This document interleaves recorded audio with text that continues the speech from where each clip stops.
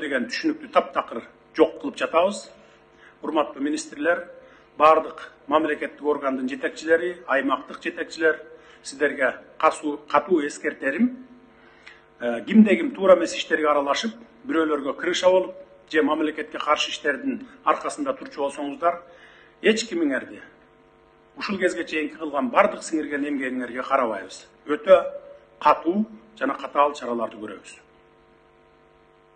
Биздин мамлекетте коом өтө ачык, эч нерсени жаап жашыра албайсыңар. Текшерүүчү органдардын оозун жапканыңар менен элибиз ачыктап, туура эместигин териштирип, алаканыбызга салып берет. Ушул жерде отурган бардык жетекчилердин кулагына күмүс тырга, биз кабыл алынган чечимдердин бардыгы сиздердин колдон жаңыланып, жалпыланып, анан кабыл алынат. Ал элдин жакшы жашоосуна да, түйшүккө малынышына да түрткү болот. Ошондуктан жакшылап терең ойлонулган чечимдердин болушу негизги шарт, жет өлчөп бир кесип, анан кабыл алып туралы. Жүзүбүз ар дайым жарык болсун десеңер эл үчүн, мамлекет үчүн ак тилиңерден таза иштешиңерди катуу талап кыламын. Биз бийликке эл үчүн иштейли деп келдик.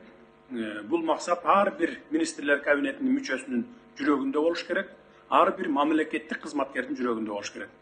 Мен жана министрлер кабинети чыгарган чечимдер жалпы элибиздин жашоосунун сапатын жогорулатууга багытталышы керек.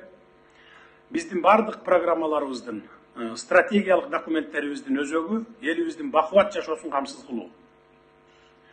Башка маселелерге убакытты да, ресурсту да коротуп кереги жок.